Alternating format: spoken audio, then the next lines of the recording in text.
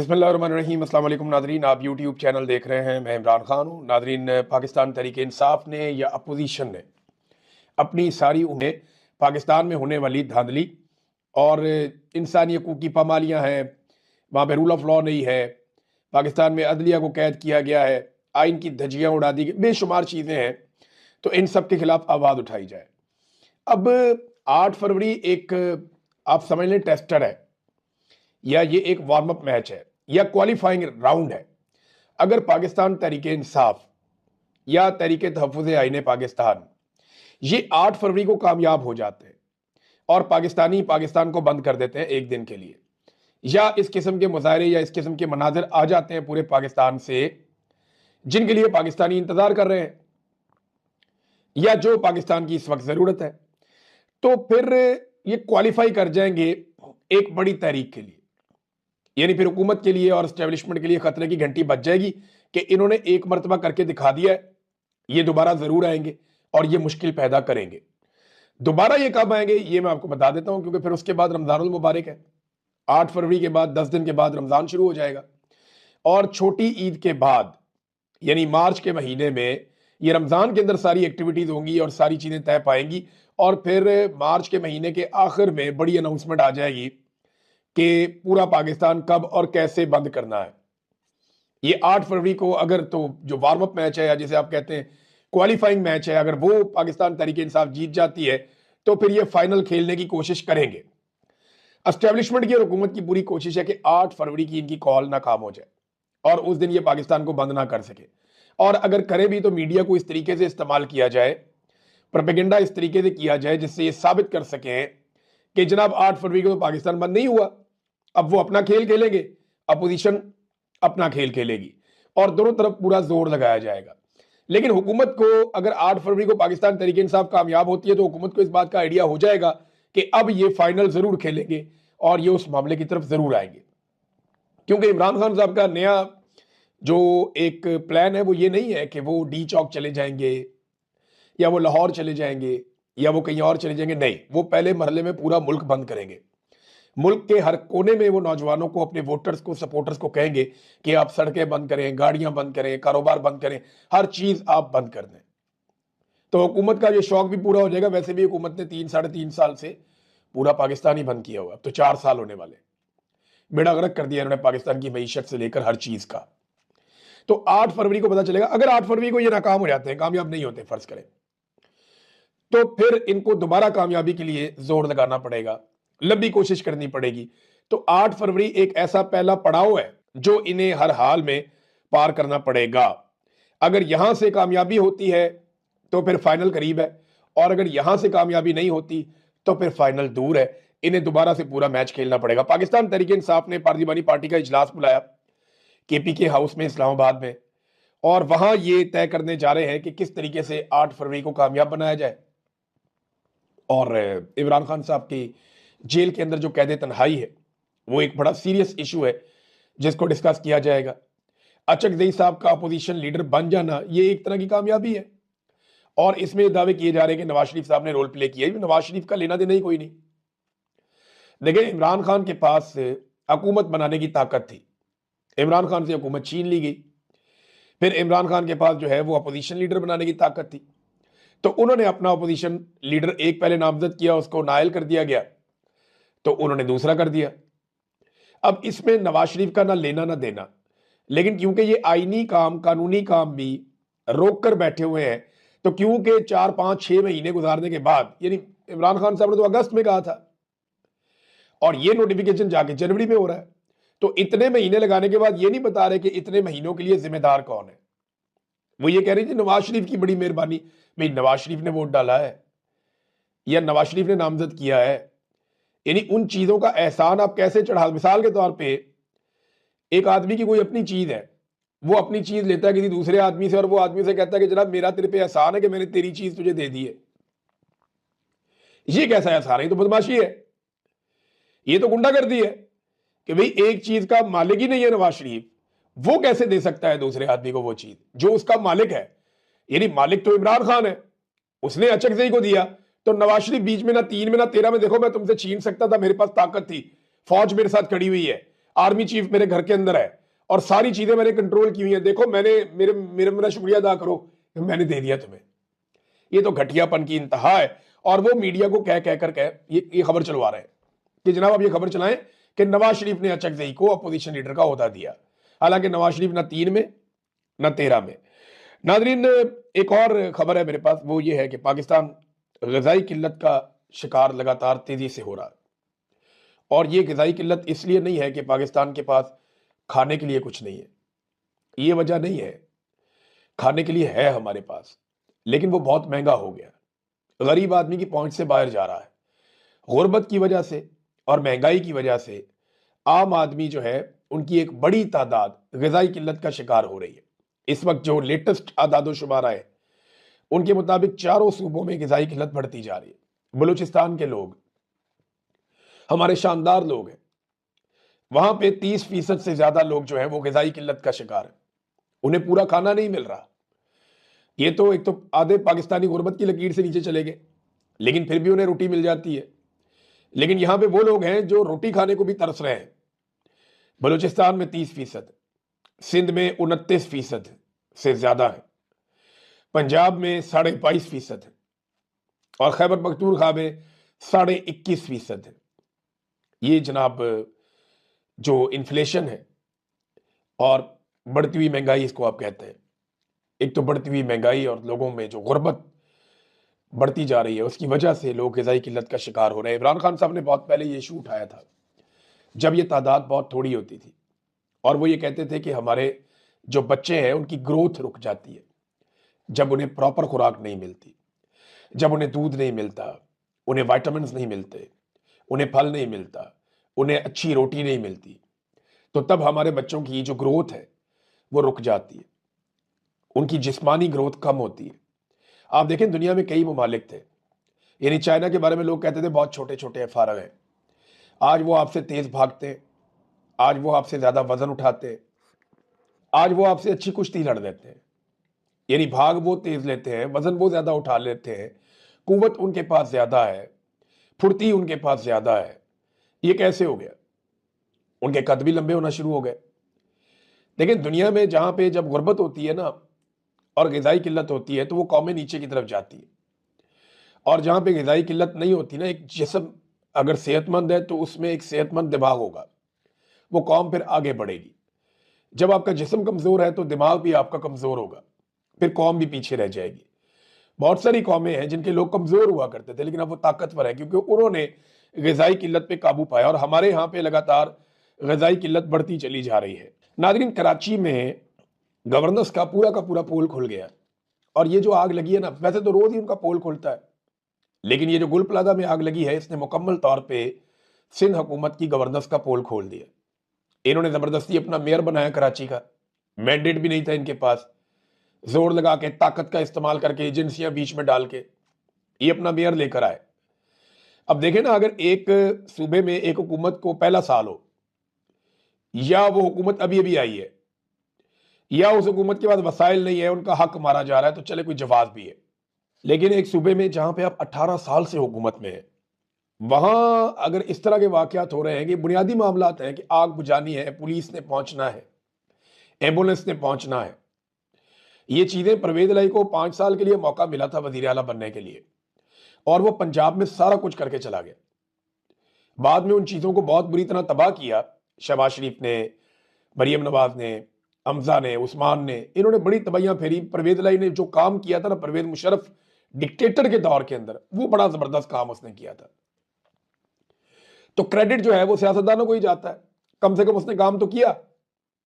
لیکن اب اگر آپ دیکھتے ہیں تو حالات پہلے سے برے ہیں. تو سندھ کے اندر 18 سال سے حکومت ہے پاکستان پیپلز پارٹی کی, ان 18 سالوں میں وہ بنیادی چیزیں نہیں کر سکے. اور جو آگ لگی ہے گل پلازہ میں, اس میں اب تک کی اطلاع کے مطابق 26 افراد جاں بحق ہو گئے ہیں. 26 لوگ, کل ہم 6 لوگ بتا رہے تھے, 7 لوگ بتا رہے تھے, اب 26 لوگ جاں بحق ہو گئے, جبکہ 70 سے زائد افراد ابھی تک لاپتہ ہیں, جن کا پتہ ہی نہیں ہے کہ وہ کدھر ہے. ایسی خوفناک آڈیوز آ رہی ہے, اتنے تکلیف دہ مناظر ہم دیکھ رہے ہیں, روح کانپ جاتی ہے آدمی کی دیکھ کر. لیکن آپ دیکھیے گا 2-4-5 دن کے بعد مجھے اچھی طرح یاد ہے، یہ سب بھول جائیں گے، میں اچھی طرح مجھے یاد ہے میں کراچی گیا جہاں پہ ایک فیکٹری کے اندر ملازمین کو بند کر کے باہر سے تالے لگا کر آگ لگا دی گئی، اور آگ لگائی گئی کیوں؟ تاکہ باقی سب کو ڈرایا جا سکے، بھتہ نہیں مل رہا تھا، بھتہ نہیں مل رہا تھا، آگ لگا دی، وہ معاملہ بھی گول مول ہو گیا، آج تک کوئی پوچھنے والا نہیں ہے۔ تو کراچی میں آگ لگا دی جی، بھتہ نہیں مل رہا تھا، وہ سینکڑوں لوگ وہاں پہ جل گئے۔ میں وہاں پہ گیا تو باہر کھڑے ہوئے لوگ بالکل ایسے نارمل تھے، کیمرے آن ہوتے تھے تو یہ پولیٹیکل لوگ دکھی بن جاتے تھے، کیمرے آف ہوتے تھے تو پولیٹیکل لوگ ایسے بالکل نارمل ہو جاتے تھے، انہیں پرواہ ہی نہیں تھی۔ ہم وہاں پہ کھڑے ہو کر دیکھ رہے تھے کہ یہ کیا چل رہا ہے۔ تو کراچی میں اور ایم کیو ایم کے لوگ خاص طور پہ، انہوں نے تو وہاں پہ گھیرا ڈالا ہوا تھا، یہ تو کہتے تھے جی بلدیہ فیکٹری والی سائڈ پہ ہم نے جان ہی نہیں دینا کسی کو۔ ان کے کچھ ایسے گنڈا نما لوگ تھے اس دور کے اندر، ان کا بڑا طوطی بولتا تھا، گینگ وار بھی چلتا تھا کراچی میں، تو یہ تو ہلنے نہیں دے رہے تھے کسی کو وہاں پہ کہ جناب ہم کسی کو نہیں آنے دیں گے، ہم کریں گے فیصلہ کون آئے گا کون جائے گا کون پھول رکھے گا۔ تو انہوں نے پورا کا پورا نظام جو ہے وہ وہاں پہ جکڑا ہوا تھا، کسی کو آنے نہیں دے رہے تھے۔ تو اب جو اطلاع ہے اس کے مطابق 26 سے زائد افراد ابھی تک جاں بحق ہو گئے ہیں، 70 سے زائد افراد ابھی تک لاپتہ ہیں جن کا کچھ معلوم نہیں ہو سکا۔ وزیر اعلیٰ خیبر پختونخوا ناظرین تحصیل باڑہ میں گئے، انہوں نے آئی ڈی پیز کے ساتھ ملاقاتیں کی ہیں، اور ان کے ساتھ ان کے کچھ ایم این ایز، عبد الغنی افریدی اور ایم این اے اقبال افریدی، یہ ایم پی ایم این اے ساتھ تھے، ان کے دیگر لوگ بھی تھے۔ تو وہاں جا کے انہوں نے آئی ڈی پیز کہتے ہیں انہیں جن کے علاقوں میں آپریشن ہو رہا ہو اور وہ اپنے ملک کے اندر ہی بیچارے بے یارو مددگار ان کو لا کے خیموں میں کیمپوں میں بٹھا دیا جائے، تو ان سے جا کے انہوں نے ملاقاتیں کی، ان سے بات چیت کی، ان کی شکایات کا ازالہ کیا۔ تو ایک طرف ایک ایسا صوبہ ہے جو سب سے اچھا پرفارم بھی کر رہا ہے، غذائی قلت بھی وہاں پہ کم ہے، وہاں پہ منافع بھی زیادہ ہے، ان کی گروتھ بھی زیادہ ہو رہی ہے، وہاں پہ کرپشن بھی کم ہے، وہاں کے اسکولوں کی حالت بھی نسبتاً باقی اسکولوں سے بہتر ہے۔ تو ایک صوبہ جو بہت اچھا پرفارم کر رہا ہے اس کو اکیلا چھوڑا ہوا ہے، اس کے پیسے بھی نہیں دے رہے، اور اگر وہ کوئی تعاون مانگ رہا ہے تو اس کے ساتھ تعاون بھی نہیں کیا جا رہا۔ اس کے اپنے صوبے کی پولیس بعض اوقات تعاون نہیں کرتی، اس کے اپنے صوبے کی انتظامیہ اس کے ساتھ تعاون بعض اوقات نہیں کرتی، اسے دیوار کے ساتھ لگایا ہوا ہے۔ پاکستان کی ملٹری اسٹیبلشمنٹ، یہ 4-5 جرنیل مل کے بھی اس کے خلاف ہوئے ہوئے ہیں، اور اس کی حکومت گرانے کے دن رات منصوبے بناتے ہیں، اور وہ دن رات اپنی عوام کے اندر ان کی خدمت کے لیے موجود ہے۔ اور دوسری طرف ایک صوبہ ہے جہاں پہ تباہی ہے، بربادی ہے، لیکن ان کے لیے ایئر فورس کے خصوصی طیارے بھی اویلیبل ہیں، ان کے بچوں کی شادیوں میں آرمی چیف بھی جاتا ہے، اور ان کے ہر کام کے اندر جو ہے وہ پورا کا پورا ملٹری اسٹیبلشمنٹ کا ادارہ خدمت کے لیے حاضر ہو جاتا ہے، اور کوئی ان سے پوچھنے والا نہیں ہے جناب آپ 2-2 ہفتے غائب رہتے ہیں، بیرونی دوروں پہ آپ چلے جاتے ہیں، ساتھ اپنے چیف سیکرٹری بھی لے جاتے ہیں، اور بیگ اٹھانے والی خواتین بھی لے جاتے ہیں، تو ان سے پوچھنے والا بھی کوئی نہیں ہے۔ تو یہ ایک دوہرا معیار ہے، اور اس سے ایک نفرت پاکستان کے اندر بڑھتی چلی جا رہی ہے۔ لاپتہ افراد کے لواحقین ناظرین، کیونکہ میں نے آپ سے پرومس کیا کہ جب بھی کبھی کہیں پہ بھی لاپتہ افراد کے حوالے سے خبر آئے گی میں آپ کے ساتھ شیئر کروں گا۔ یہ چہرے دیکھیے آپ ان لوگوں کے، یہ کتنے معصوم لوگ ہیں بیچارے، ان میں خواتین بھی ہیں، ان میں بزرگ بھی ہیں، ان میں بچے بھی ہیں، جو لکھ کر لے کر آئے ہیں کہ جناب آپ ہمارے جو پیارے ہیں انہیں جبری طور پہ لاپتہ کیا گیا ہے، انہیں چھوڑ دیں، انہیں بازیاب کر دیں۔ یہ سامنے ایک صاحب کھڑے ہیں، کہتے ہیں میں آرمی چیف عاصم منیر صاحب سے عاجزانہ اپیل کرتا ہوں کہ میرے بھائی افتخار احمد ولد ہمایوں کو رہا کیا جائے، جن کو پشاور ہائی کورٹ نے 2019 کو ان کی رہائی کا حکم دیا تھا۔ اندازہ کریں 6 سال ہو گئے حکم دیے ہوئے، 7 سال پشاور ہائی کورٹ کا، ابھی تک وہ ان کا بھائی بازیاب نہیں ہوا۔ یہ محمد رکیم ولد فضل جانان، ان کو رہا کرو، جن کو 2018 میں پشاور ہائی کورٹ نے رہائی کا حکم دیا تھا۔ ہر آدمی بتا رہا ہے، کوئی کہہ رہا ہے کہ 2019 کا حکم نامہ ہے میرے پاس، کوئی کہہ رہا ہے 2018 کا حکم نامہ ہے میرے پاس، کوئی کہہ رہا ہے کسی اور دور کا، اور سب لوگ آرمی چیف کو کہہ رہے ہیں۔ کیونکہ دیکھیں نا پاکستان کی انٹیلیجنس ایجنسیاں یہ بندوں کو جبری طور پہ لاپتہ کرتی ہیں، یہی اغوا کرتے ہیں، حقیقت ہے۔ میرے جیسا ایک صحافی بھی انہوں نے اغوا کیا تھا ISI نے۔ ابھی ایک ماں جی کھڑی ہیں، یہ آفتاب الدین اپنے بیٹے کی تصویر لے کر کھڑی ہے کہ میرے بیٹے کو چھوڑ دو۔ تو اب ایک لمحے کے لیے سوچیں نا آرمی چیف کے، ان کے بیٹے کو اٹھا لیا، اغوا کر لیا کسی نے، یا DG ISI یہ سوچے کہ ان کے بیٹے کو یا بیٹی کو اٹھا لیا کسی نے، اغوا کر لیا، اور کئی سال گزر گئے ہیں، تو سوچیں ذرا ان کا، ان کی اہلیہ کا، ان کے گھر والوں کا کیا حال ہوگا، کتنا تڑپیں گے وہ لوگ، کتنا پریشان ہوں گے وہ لوگ۔ دیکھیں اگر ان لوگوں نے کچھ غلط کیا تو عدالت میں پیش کریں نا، قانون کے مطابق کارروائی کریں۔ یہ تو نہیں ہو سکتا کہ آپ بندے ہی لاپتہ کر دیں جبری طور پہ۔ ملک کے اندر قانون نام کی کوئی چیز ہونی چاہیے، پوری دنیا میں عدالتیں کام کرتی ہیں۔ بے شمار چیزیں آپ نے اس ملک میں خراب کی ہیں، آپ نے مارشل لا لگایا 4 دفعہ، ایک دفعہ بھی آپ کو جبری طور پہ لاپتہ نہیں کیا گیا۔ ہم تو آپ کے خلاف بھی جب کارروائی کا کہتے ہیں تو کہتے ہیں کہ عدالت میں ہونی چاہیے، انصاف کے ساتھ ہونی چاہیے۔ تو یہ لاپتہ افراد کا معاملہ ہے ناظرین، اور یہ پشاور پریس کلب کے باہر انہوں نے احتجاج کیا ہے۔ بیچارے بینرز، پوسٹرز لے کر، اپنے ہاتھوں میں اپنے پیاروں کی تصویریں لے کر کھڑے ہیں اور پاکستان کی فوج سے مطالبہ کر رہے ہیں، فیلڈ مارشل سے، کہ مہربانی کریں ہمارے پیاروں کو چھوڑ دیں۔